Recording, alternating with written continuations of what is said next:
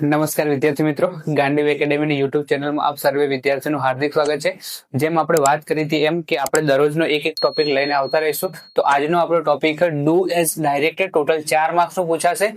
Do as ડાયરેક્ટેડમાં તમારું કઈ રીતના પૂછાતું હોય તો એક તો ચેન્જ ધ વોઇસ પૂછાતું હોય, ચેન્જ ધ ટેન્સ પૂછાતું હોય, ચેન્જ ધ જેન્ડર પૂછાતું હોય, ચેન્જ ધ પ્રોનાઉન પૂછાતું હોય અને change the singular to plural પૂછાતું હોય। તો એમાં આપણે જે પૂછાયેલા હોય એ બે ક્વેશ્ચન લઈને આવેલી છે।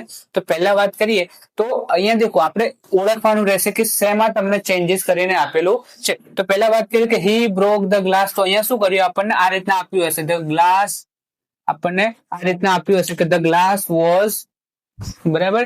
જો અહીંયા આપણને આપેલું છે કે શું આપ્યું હોય, ધ ગ્લાસ વોઝ બ્રોકન, તો આ આપણને શું આપ્યું હોય કે ચેન્જ ધ વોઇસ કરવાનું કીધું હોય। હવે ચેન્જ ધ વોઇસ કરવાનું કીધું હોય તો આપણે શું યાદ રાખીશું કે અહીંયા મેં વાક્ય રચના આપી દીધી, તો આ વાક્ય રચના તમારી થશે એક્ટિવ વોઇસ અને આ વાક્ય રચના થશે તમારી પેસિવ વોઇસ ને। તો તમારે શું કરવાનું, ખાલી સબ્જેક્ટની જગ્યાએ ઓબ્જેક્ટ લાવી દેવાનું, હેલ્પિંગ વર્બ એમનું એમ રહેશે, મેઇન વર્બની જગ્યાએ વીનું ત્રીજું રૂપ થઈ જશે, ઓબ્જેક્ટની જગ્યાએ સબ્જેક્ટ જતું રહેશે અને અધર વર્બ તો એમનું એમ જ આવશે, બટ ખાલી અહીંયા વધારાનો શબ્દ શું આવશે, બાય ડિફોલ્ટ આપણે મૂકી જ દઈશું। ચલો તો આપણે વાક્ય જોઈએ તો આ શું આવશે, હી બ્રોક ધ ગ્લાસ, તો અહીંયા શું થઈ જશે, the glass was broken by him. તો અહીંયા આપણે શું ફેરફાર કર્યો ખાલી, અને કાળ આપણે વાત કરીએ તો કયો કાળ થશે, અહીંયા આપણને કાળ થશે વીનું બીજું રૂપ, એટલે સાદો ભૂતકાળ થશે। તો સાદા ભૂતકાળની વાક્ય રચના શું થશે, તો object plus was verb plus વીનું ત્રીજું રૂપ plus by plus subject plus other verbs. તો અહીંયા શું આવશે, ધ ગ્લાસ એ આપણું ઓબ્જેક્ટ થશે, તો the glass was broken by him. હવે બીજા વાક્યની વાત કરીએ તો આટલું વાક્ય આપણું પહેલું વાક્ય આટલા સુધી આવશે, બીજું વાક્ય આટલાથી લઈ અને જ્વેલરી સુધી આવશે, ધ જ્વેલરી, તો ધ જ્વેલરી આપણું ઓબ્જેક્ટ થશે। તો વાક્યની શરૂઆત કઈ રીતના થશે કે ધ જ્વેલરી, બરાબર, પછી શું મૂકીશું, વોઝ, આ બી કયો કાળ થશે, સ્ટોલ, એટલે શું થશે, વીનું બીજું રૂપ, તો આ બી સાદો ભૂતકાળ થશે, તો સેમ આના જેવું જ થશે, the jewellery was stolen by her, બરાબર। અહીંયા આપણે સબ્જેક્ટમાં ફેરફાર કરીશું, બરાબર, સર્વનામ તમને જે આપ્યું હશે એના પ્રમાણે આપણે ફેરફાર કરતા રહીશું। તો આખું વાક્ય કઈ રીતના બનશે, the jewellery was stolen by Har.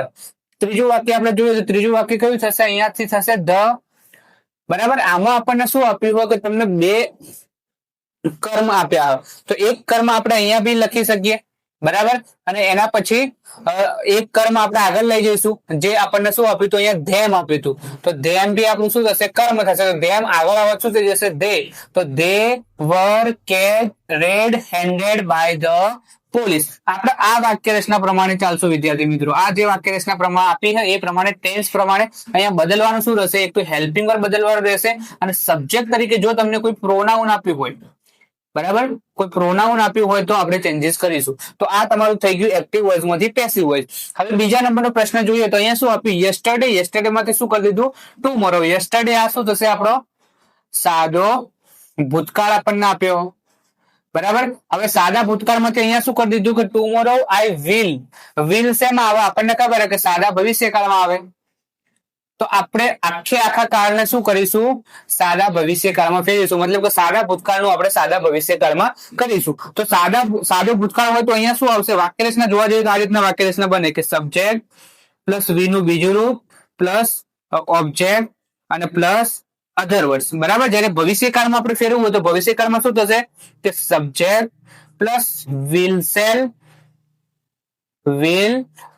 Cell plus વીનું પહેલું રૂપ પ્લસ ઓબ્જેક્ટ ને પ્લસ અધર વર્ડ્સ, બરાબર।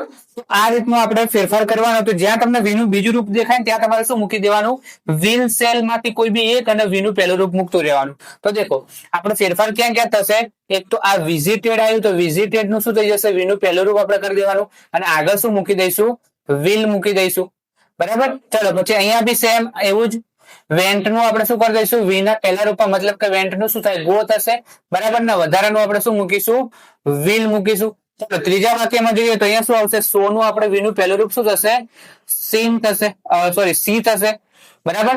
તો અને આગળ આપણે શું મૂકી દઈશું, વિલ મૂકી દઈશું। તો આખું વાક્ય આપણું કઈ રીતના બનશે, યસ્ટરડે આપ્યું તો યસ્ટરડે નું આપણે ટુમોરો કરી દઈશું, તો ટુમોરો આઈ વિલ, શું કર્યું ખાલી આપણે, I will visit a science fair I will go, બરાબર. વિલ નું આપણે શું કરી દીધું, ગો કરી દીધું.